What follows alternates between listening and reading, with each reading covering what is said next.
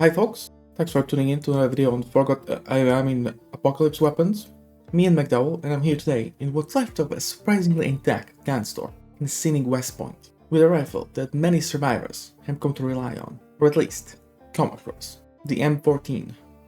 Now the M14 in pre-event world had its own storied and somewhat checkered history, but in our current predicament, its reputation is, well, it's complicated. It's a common sight, chambered in a plentiful 308.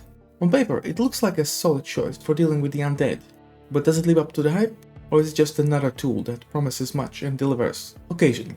Let's take a closer look.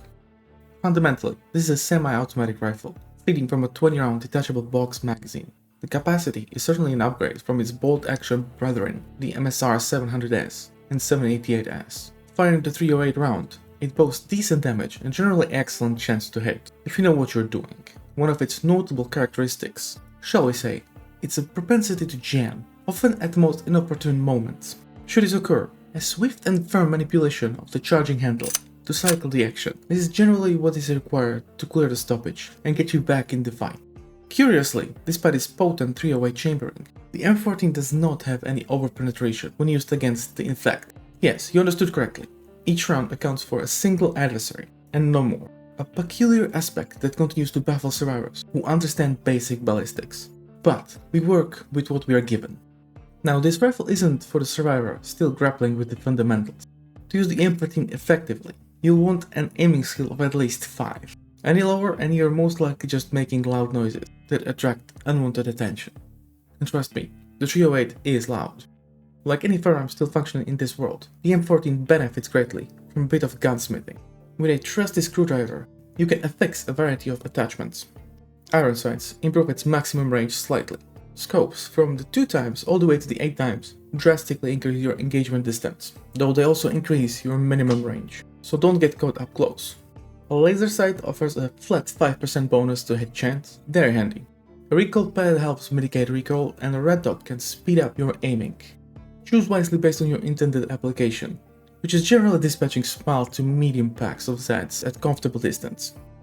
Ammunition, the 308 is reasonably common, found in gun stores, police stations, and occasionally on less fortunate formal enthusiasts. So keeping it fed isn't usually an Herculean task, unlike some more exotic calibers. So with a 20-round magazine, semi-auto-fire, and good 308 ammo availability, why isn't this the undisputed king of the Knox event?